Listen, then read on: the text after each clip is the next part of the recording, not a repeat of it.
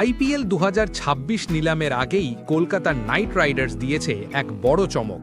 সূত্রের খবর, Lucknow super giants থেকে উইন্ডিজ তারকা নিকোলাস পুরান এবার যোগ দিতে পারেন কেকেআর শিবিরে।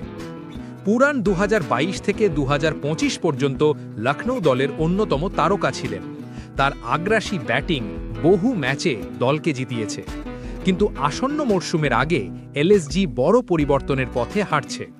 কৌশলগত কারণে তারা কয়েকজন বিদেশি খেলোয়াড়কে ছাড়ছে, আর সেই তালিকায় আছে পুরানের নাম।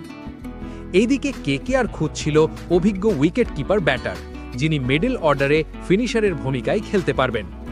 কেকেআরের মেন্টর ডুয়েন ব্রাভো নাকি নিজেই পুরানের নাম রেকমেন্ড করেছেন। দুজনের মধ্যে ভালো সম্পর্ক রয়েছে এবং কেকেআর ক্যাম্প ইতিমধ্যেই তার সঙ্গে প্রাথমিক কথা বলেছে বলে জানা গেছে।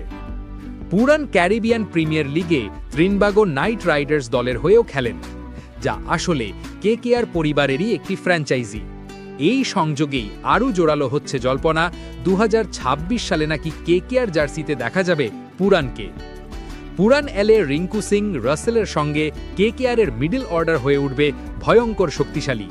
আর ভাবুন তো, ইডেনে পুরানের ছক্কা। তবে এখনও পর্যন্ত কোনো আনুষ্ঠানিক ঘোষণা আসেনি। তবুও ফ্যানদের মধ্যে প্রশ্ন একটাই, পুরান কি সত্যিই নাইট হতে চলেছেন? কমেন্টে আপনার মত জানাতে ভুলবেন না।